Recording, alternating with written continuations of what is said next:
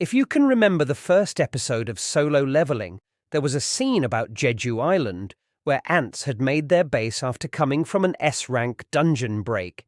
To kill all of them, the Hunter Association had conducted 3 raids in the past, but all of them failed, and now they want to conduct another raid. Jinwoo refuses to go because 6 S-rank hunters from South Korea and 11 S-rank hunters from Japan are already going. According to him, they can clear Jeju Island. But then destruction starts on Jeju Island and Jinwoo has to go there. So now, you know that a battle between Jinwoo and the Ant King is going to happen. The Korean Hunter Association is going to conduct its 4th raid in collaboration with the Japanese Hunter Association. This is because a dead body of a flying ant is found on a Japanese island. It looks exactly like the ants on Jeju Island, but Jeju Island is very far from Japan, and there are no flying ants there. Even then, the Japanese get scared because they realize that the ants on Jeju Island are evolving, and they are growing wings. Just one of these ants is as strong as an A-rank hunter. They can easily destroy an entire village. Because of this, the Japanese go to Korea with a master plan. They created this plan after analyzing the previous 3 failed raids. They explain, "We have noticed a pattern on Jeju Island. Whenever these ants sense a hunter's presence, they leave their nest to attack that hunter. Because of this, only the queen and the royal guards remain in the nest. This will be the perfect time to go inside and kill the queen. The role of entering the nest is given to the Korean hunters. Meanwhile, the Japanese hunters will stay around the island and kill the ants. The Korean team will go inside and kill the queen. If the queen sends a signal to call other ants for help, the Japanese will block it because they have a special blocking technique. The Koreans find this plan perfect and agree to it. After all, the Japanese team has 12 S-rank hunters who are stronger than the Korean S-rank hunters, except for these 3. And even more powerful than these 3 was one man in the Japanese team, their guild leader, Beru Jeju. So the hunters of Japan and Korea start working according to their plan. The Japanese hunters split into 4 teams and land on the 4 corners of Jeju Island. Because of this, all the ants leave their nest and start going toward them. The Japanese hunters are killing them very easily. Now it's time for the Korean hunters to enter the nest. A cameraman is also with them because the Korean government wants to show this raid live to the people, but the live stream has a 10-minute delay. The Korean government thinks that if this raid fails, it will be very embarrassing for them. That's why they keep a 10-minute delay. With this plan, the Korean team enters the nest. The first to enter is Choi Jong-in. He is a fire magic type hunter who can handle multiple enemies at once. That's why he enters first and burns the ants standing there. After this, Choi Jong-in signals his team members that they can now enter the nest. But on the other side, the Japanese hunters are getting killed in a mysterious way. Meanwhile, Choi Jong-in tells us that he has set up a fire net at the nest's entrance. Ants below B rank won't be able to break it. Then he uses his power to locate the ant queen. He successfully finds her location. After that, they manage to kill the queen because their team's healer, Baek Yoon-ho, keeps healing them throughout the fight. That's why they are able to kill all the royal guards and the queen. But then Choi Jong-in senses that his fire net has broken. This is because all the ants on the island are now rushing back toward the nest. Somehow they have realized that their queen is dead. At that moment, all the S-rank hunters freeze in place. They can feel an extremely powerful presence. It is the Ant King. This is the same creature that was mysteriously killing Japanese hunters. That as the Ant King moves toward the hunters, their hearts are filled with fear of death. Even Cha Hae-in falls to her knees because she cannot bear the pressure of this ant's power. Seeing this, Ma Dong-wook says, "We must kill it as soon as possible." But before they can do anything, the Ant King reaches them. The Ant King kills the hunters and goes directly to his dead queen. When he passes by them, none of them are able to move because his presence is so overwhelming. He reaches his dead queen and becomes even more furious. Cha Hae-in is so injured from just one punch that she cannot get up again.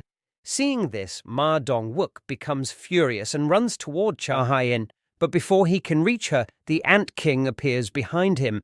Seeing this, Ma Dong-wook raises his shield, but then the Ant King breaks his shield along with his arm with just one punch. Meanwhile, Baek Yoon-ho, an S-rank healer, was using his camouflage ability to hide. He was trying to stay hidden so that he could secretly heal his teammates and keep them alive.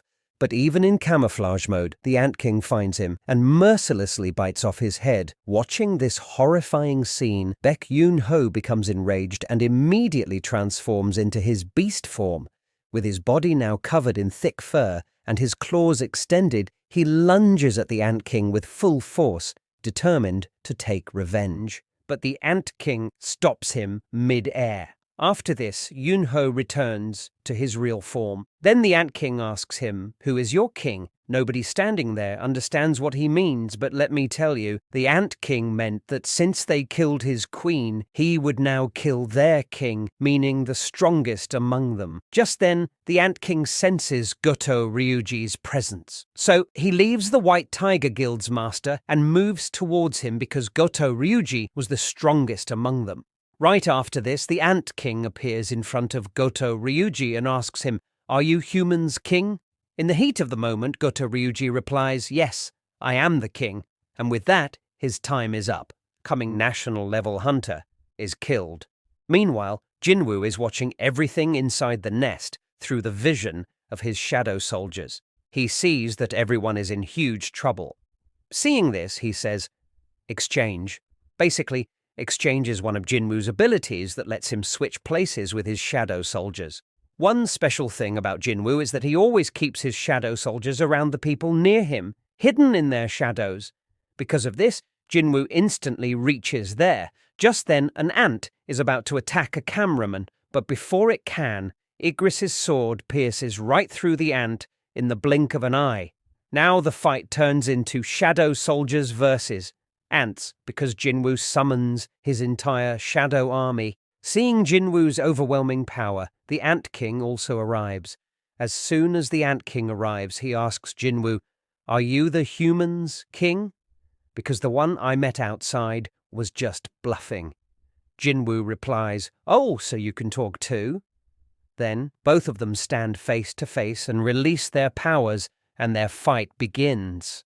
They start exchanging blows, and their punches are so powerful that the other hunters watching are shocked, saying, "This is far beyond S rank." The impact of their punches creates a huge cloud of dust everywhere. When the dust clears, the Ant King is still standing there, but Jinwoo is slightly farther away inside the dust cloud. Seeing this, the Ant King says, "So he's weak too." But as soon as the dust settles, Jinwoo stands back up, wipes the blood from his mouth, and smirks at the Ant King. The hunters watching are completely stunned. Ma Dong-wook turns to the other hunters and asks, "Wait, is Jinwoo really a magic-type hunter? He seems more like a combat-type hunter to me, because magic-type hunters don't throw such powerful punches." With those punches, Jinwoo breaks through the Ant King's outer shell. Seeing this, the Ant King spits out something, and Jinwoo gets a cut on his face. But this is no ordinary cut.